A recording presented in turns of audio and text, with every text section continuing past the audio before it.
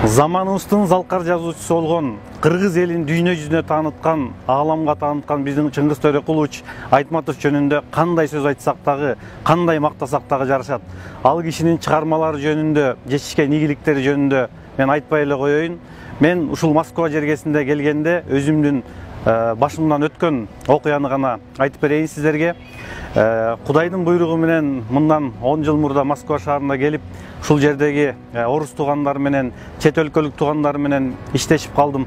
Ошондо мени каяктан болосуң, аты жөнүң ким болот деп сураганда атымды айттым.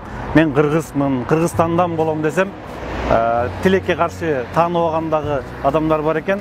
Ал Кыргызстан каякта, кайсы жерде жайгашкан, кимдер бар деп сурап калды. Мен ошондо биздин улуу Айкөл Баатыр Манас атабыз бар, биздин Чыңгыз атабыз бар деп айттым да. Ошондо алар биздин Чыңгыз атабызды таанып, биздин Чыңгыз атабыздын чыгармаларын окуганын айтып, талкуулап көпкө чейин турганбыз да. Демек, биздин Чыңгыз атабызды кыргызсыз элестетүү кыйын. Кыргызды Чыңгыз атабызсыз элестетүү кыйын да. Мынакей туугандар, ушундай улуу инсандарыбыз менен сыймыктансак болот, мактансак болот. Мен өзүм таластан болгондуктан ушул улуу инсандын, Чыңгыз Айтматовдун жердеши болуп калганыма өтө сыймыктанам.